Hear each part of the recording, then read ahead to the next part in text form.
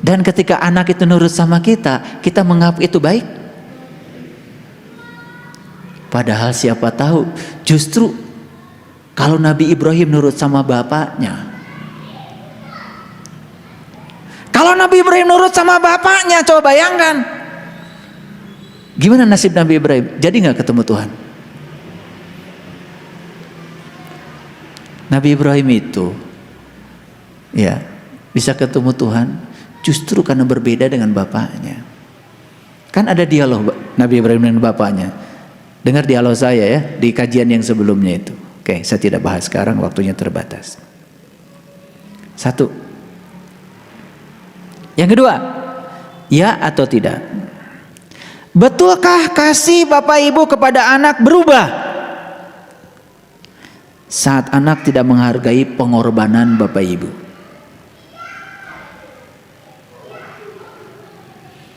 Yes or no? Suka pidato? Kurang gimana pengorbanan mama? Kurang gimana pengorbanan papa? Ini orang-orang yang menganggap anak sebagai beban hidup begini modelnya.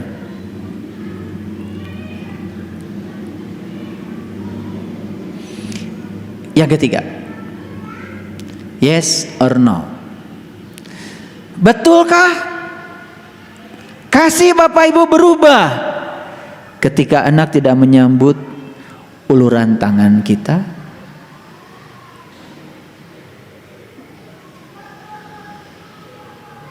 Yes or no? Nanti kita jumlahkan nanti yesnya berapa, no-nya berapa. Kalau yes semua jelas, kita membangun kegelapan bagi semesta raya ini lewat anak-anak kita. Tetapi bungkusan luarnya seakan-akan kita sudah membangun peradaban. Ini saya ini berbagi sedikit. Kalau semua orang tua sudut pandang pada anaknya sudah benar, terang beneran nggak semesta saat ini? Makanya kenapa saya mau bikin ceramah ini hari ini biar didengar banyak orang, dan saya berharap setelah semua mendengar ini terang benerang semesta raya ini. Merdeka Belajar, Kampus Merdeka. Biarkan mereka menemukan personal genius zone-nya sendiri. Saya kalau ngasih ceramah seperti ini, ya, saya merasa ada yang mengalir nih di otak saya itu. Jangan-jangan itu yang sebut dengan personal genius zone.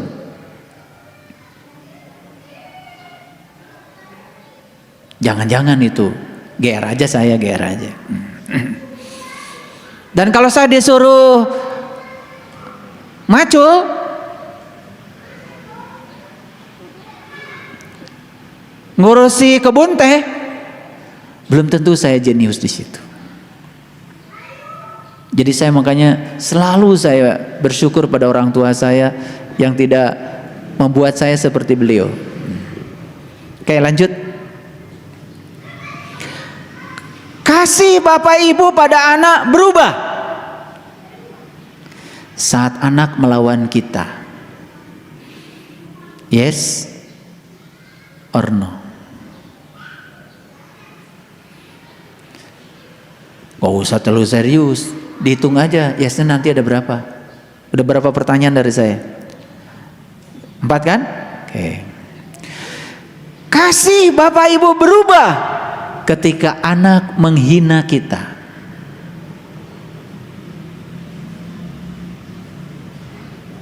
Makanya ada di Sumatera Barat Malin Kundang. Pernah ke sana? Ke sana dong jalan-jalan. Itu adanya di Kota Padang. Ya, di Kota Padang. Saya udah ke sana. Itu masih ada tuh sisa itu ya, batunya. Malin Kundang yang sedang sujudnya itu masih ada ya. Ya cuman karena terkikis terus oleh ombak kan, itu di pinggir pantai itu ya. Jadi ya nggak tahu sekarang masih ada apa tidak. Tapi terakhir saya ke sana 5 tahun yang lalu masih ada. Siapa yang salah? Ibunya atau Malin Kundang? Ya itu. Yang salah ibunya. Ibu macam apa anaknya disapa kayak gitu? Itu kasih sayang ibunya berubah ketika anak melawan dia. Kalau anak melawan kita, namanya juga anak. Kumaha ya teh? Kan ibu yang duluan lahir ke sini.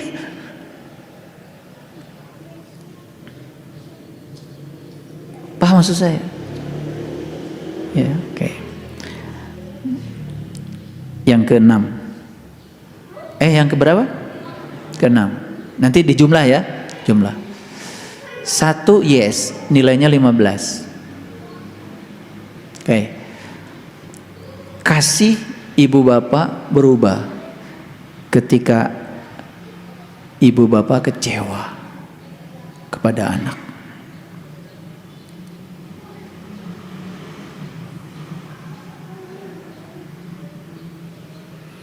Itu kalau yes-nya 90, berarti 6 kan yes-nya? Berarti sudut pandang kepada anak itu keliru, luar biasa. Ada yang 90? Ya udah, hitung aja sendiri.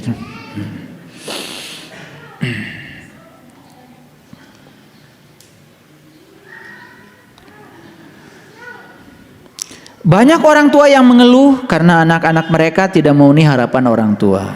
Biasanya tentang apa harapan orang tua? Jujur. Tentang apa harapan orang tua pada anak biasanya? Pendidikan? Betul?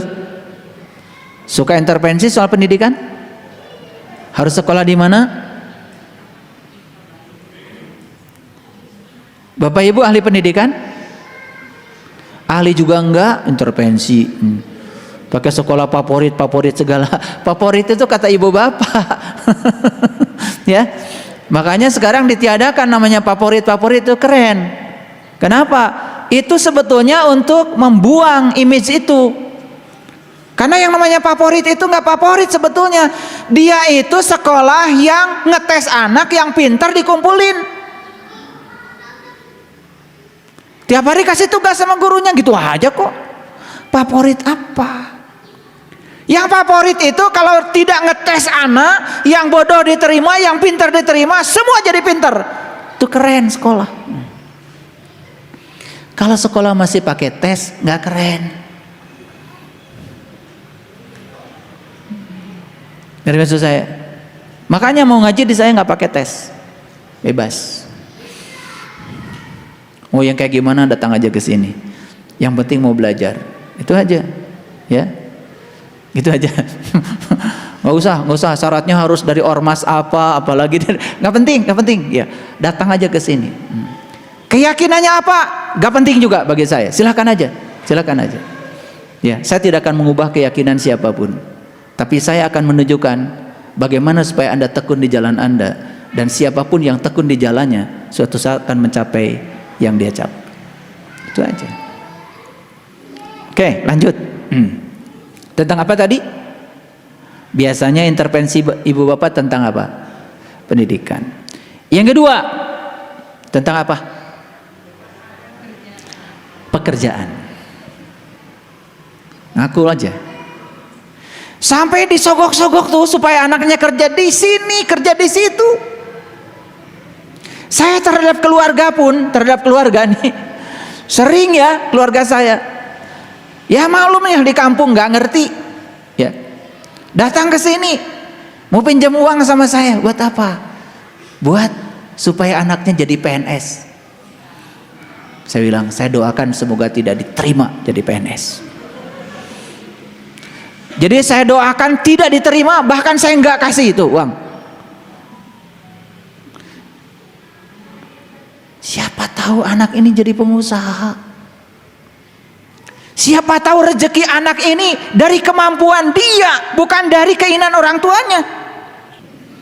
Saya seperti kejam gitu sama saudara sendiri, padahal saya sudah punya penglihatan.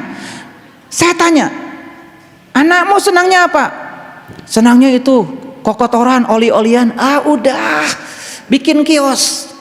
Cenah ulin jeung oli. Iya, ternyata sekarang buka bengkel, ganti oli, di kampung nggak ada. Ya sudah, semua numpuk di situ. 300.000 sehari bersih di kampung, alhamdulillah. 300.000 di kampung luar biasa. Ikan ada, daun singkong ada, meuli uyah hungkul. Iya, bisa nabung, bisa nabung. Ngerti maksud saya? Jadi jangan intervensi sama Allah. Makanya urusan pekerjaan ngikut-ngikut. Saya nggak ikut campur sama anak saya urusan pekerjaan. Ya, anak saya yang paling besar jualan tas, udah aja jualan tas, biarin aja. Gak mesti harus seperti saya. Kamu harus jadi penceramah, enggak. Gimana disuruh ceramah kayak saya ini, keringat. Makanya kan ada yang namanya pildacil tuh. Itu ambisi orang tua. Betul nggak? Anak disuruh ngapelin ayat ini, ayat itu, ayat ini, ayat ini. Sudah gitu anak disuruh nasehatin orang lain, nggak ada. Lucu nggak itu anak? Nggak lucu. Kenapa? Dia disuruh nasehatin orang lain yang belum terjadi pada dirinya sendiri. Bukankah anak itu disuruh berbohong pada dirinya sendiri? Ada saudara saya mau ikut pildacil, nggak saya doakan.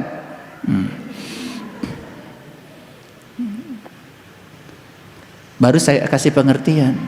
Anakmu disuruh Quran surat, hadis apa, ngegelontor, diomongkan ke publik, ngomongnya lancar.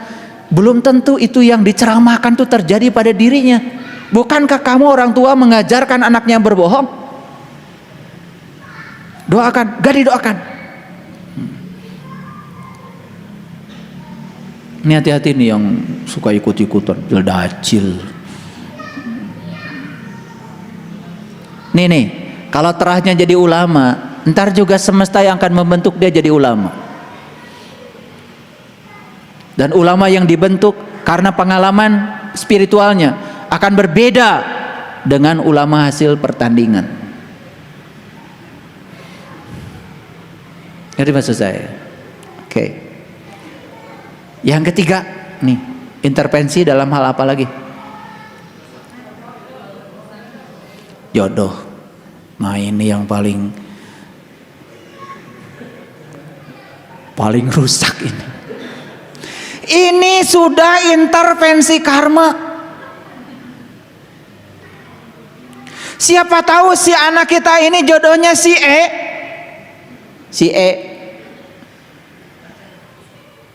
Karena ada mantu saya D, jadi si E aja.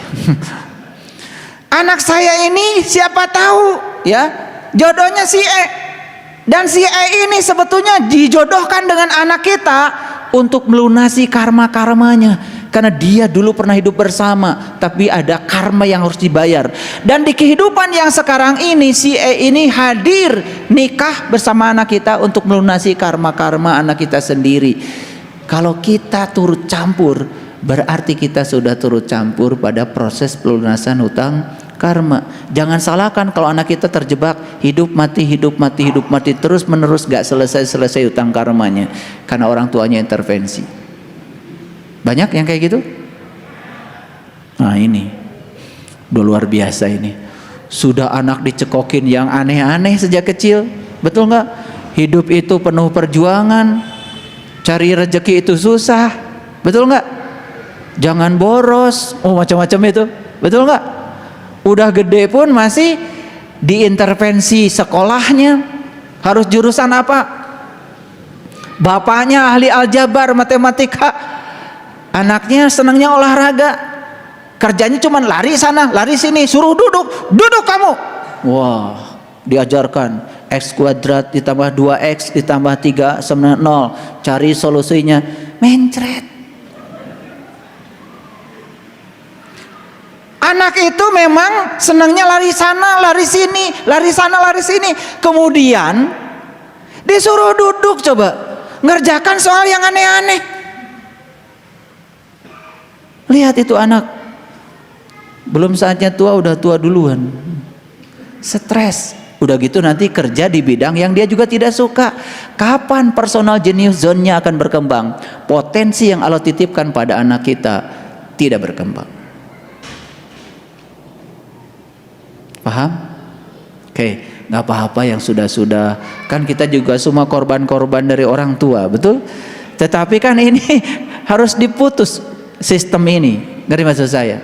Sekarang Bapak Ibu, lihatlah anak kita, cucu kita, tamu agung yang datang ke semesta, diutus oleh Allah untuk menjadi kepanjangan tangan Allah, menyampaikan cinta kasihnya Allah. Tugas kita adalah merawat dengan penuh tanggung jawab bersama Allah. Arahkan mereka untuk menjadi diri mereka sendiri. Biarkan mereka menemukan diri mereka sendiri. Di belakang kita ada orang hebat tuh, Kang Jung Jun. Kerjanya apa? Bikin sabun. Gak lelah, senangnya bikin sabun. Kalau kita membiarkan anak itu mengerjakan yang dia suka, maka dia tidak merasa ketika sedang bekerja adalah bekerja. Dari maksud saya senangnya belajar. Saya kalau belajar itu tidak merasa beban, senang aja. Makanya dosen-dosen saya bingung. Buku setebal-tebal gini semua ada kunci jawabannya, saya kerjakan semua. Gimana katanya kamu? Saya senang. Dari kecil saya senang belajar. Ibu saya nungguin saya bukan untuk belajar, untuk menghentikan supaya saya berhenti belajar. Jadi malam-malam kudang kene jang. Bobo atuh. Bangun lagi ibu saya, kudang kene eta cempor ya. Ya udah, ini udah hitam-hitam pakai cempor kan. Atas atuh bobo heula. Jadi kalau saya oleh ibu saya disuruh berhenti belajar, kakak saya, adik saya disuruh belajar, beda kan? Gitu. Makanya mereka belajar stres, kalau saya belajar seneng, bikin rangkuman itu. Ya, SMP di tempat saya itu baru berdiri, gurunya belum ada. Ya sudah saya ngajar buat teman-teman sebaya, ngajar aljabar seneng tuh ya. Seneng dengan x kuadrat ditambah 2x ditambah 3, seneng banget itu kalau dengar x kuadrat tuh seneng. Jadi kalau kalian lihat di YouTube saya ngajar fisika gitu ya, ngalir aja tangan saya itu, seneng saya tuh. Memang saya jenius di bidang itu kalau lagi ngajar gitu. Dan saya menemukan kesenangan di situ. Ngerti maksud saya? Ayo sekarang lihat anak kita sukanya apa. Cucu saya Aji itu kerjanya lari sana, lari sini, lari sini. Saya sekolahkan di Farskid, di sekolah yang banyak larinya. Iya. Ya karena dia senang lari sana, lari sini. Makanya ada gurunya protes sama saya. Opa katanya, opanya Aji. Aji itu susah diatur. Kenapa? Kenapa memang? Ya, nggak berani sama saya, sama istri saya. Lari-lari terus kalau lagi belajar matematika. Saya bilang, saya ngomong bukan dengan guru, telepon kepala sekolahnya. Saya telepon kepala sekolahnya. Saya sengaja cucu saya di sekolah di situ supaya lari-lari. Kalau belajar berhitung saya ahlinya, saya bilang, nggak usah. Cucu saya dipaksa untuk duduk, disuruh ngerjain, apalagi ngerjain nggak karu-karuan. Ya. 296 dikurangi 233, buat apa? Kalkulator juga bisa. Logikanya nggak akan berkembang. Jadi sistem pendidikan kita itu kalau anak sudah bisa mengerjakan itu dianggap bisa. Lihat di Jepang, Kumon. Anak SD kelas 4 sudah bisa belajar integral, udah belajar deret, udah belajar coding. Bukan menjumlahkan 375, ngarang gurunya juga, kurangi ini. Bukan gitu. Saya bilang nggak apa-apa, anak saya nggak bisa begitu. Nanti juga bisa pakai kalkulator.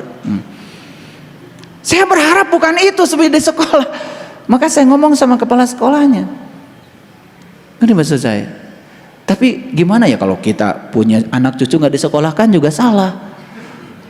Mau disekolahkan juga mau cari sekolahnya yang benar-benar mengembangkan potensinya juga salah. Saya juga nggak tahu latar belakang gurunya seperti apa. Siapa tahu gurunya bermasalah. Masalah di rumah dibawa ke sekolah, siapa tahu. Ngerti maksud saya? Ini gelap gulita Bapak Ibu. sistem kita ini. Makanya kita harus turut campur. Ayo semua peduli, kita perhatikan anak cucu kita senangnya apa. Sudah, nggak usah pusing. Wah, anak saya nggak sekolah, nggak apa-apa. Siapa tahu nggak sekolah juga jadi pengusaha. Thomas Alva Edison itu bodoh banget di sekolahnya, bisa bikin listrik. 1000 kali gagalnya bikin lampu ini. Tahu sejarahnya Thomas Alva Edison? Tapi ketika dia dikatakan, kamu pernah gagal 999 kali bukan? Tidak. Saya hanya menemukan cara yang salah 999 kali. Dan setelah itu saya menemukan cara yang benar. Dan saya tidak menemukan cara yang benar kalau saya tidak pernah menemukan cara yang salah. Persis seperti yang Allah bilang dalam hadis qudsi. Allah tidak menyuruh kita sukses. Allah hanya menyuruh kita mencoba. Ayo, mencobalah. Di situ ada pengalaman. Para sahabatku yang dirahmati Allah, kalau hari ini terasa suara saya menggelegar, keras, kencang, itu bukan karena saya marah, karena ada energi yang mendorong saya untuk bicara ini di sini. Ya, saya asesor, saya ngurusi sertifikasi guru di mana-mana, para sahabat, dan saya menyaksikan di mana-mana kegelapan ada. Bahkan sekolah merasa bangga ketika mengeluarkan anak yang nakal. Sekolah apaan itu? Anak nakal itu gelap. Hukuman itu kegelapan. Dan ketika sekolah menghukum anak didiknya, bukankah dia sedang menebarkan kegelapan? Tapi masyarakat menganggap itu betul. Wah, bagus tuh anak nakal, keluarin aja. Sekolah yang suka ngeluarin anak karena nakal tidak layak disebut sekolah. Sekolah yang ngurus intelektual saja tidak layak disebut pendidikan. Karena pendidikan itu adalah ngurusi kesadaran. Para sahabat, oleh karena itu mari kita bikin sekolah kecil di rumah kita. Biarkan anak kita senang. Ya, jangan disiapkan sapu lidi. Setiap salah dicepret. Sistem pendidikan semacam itu menekan. Saya ketika mau dapat sertifikat sebagai dosen pendidik nasional, konsultan nasional, saya masih ingat yang ngetes saya Profesor Otto, namanya dari Jerman. Waktu itu saya dites di sekolah di depan anak-anak SD. Bayangkan, saya biasa di depan mahasiswa, tiba-tiba saya disuruh ngajar di depan anak SD. Ya, saya cari cara mau ngajar tentang itu, tentang hujan. Gimana caranya supaya perhatian anak SD terfokus pada saya? Kalau mahasiswa kan sudah diajak berdoa aja langsung terfokus. Saya cari cara. Udah, saya ajak nyanyi aja. Oh, lagunya tik tik tik. Itu untuk memfokuskan pikirannya supaya fokus pada pelajaran yang akan saya sampaikan. Padahal pelajarannya sains, tapi lagunya lagu tik tik tik, bunyi hujan. Oh, seneng anak SD. Oh, udah terhipnosis ke saya tuh. Mulai supaya nilai saya bagus. Tapi di tengah pembelajaran saya nunjuk, coba kamu, gitu aja. Langsung saya ke depan, tangan saya langsung dipukul sama Profesor Otto. Gak boleh guru itu menunjuk. Itu menekan secara psikologis. Padahal di Indonesia namanya menunjuk anak itu biasa. Di barat ternyata menunjuk saja tidak boleh. Harusnya kamu, siapa yang mau ke depan? Saya cari alasan. Iya Pak, kalau di barat disuruh begitu pada ke depan. Di sini mau boro-boro, kudu dibedol. Iya, karena sistem kata beliau yang salah. Di sini anak-anak takut sama guru. Nah gurunya yang sian wae. Kamu guru agama mah. Dikit-dikit neraka, dikit neraka. Anak mau kenal sama Allah. Allah tuh tukang nyiksa we. Tuh. Paham Bapak Ibu? Oke. Semoga pencerahan hari ini membuka cakrawala pikiran kita. Terima kasih. Assalamualaikum warahmatullahi wabarakatuh.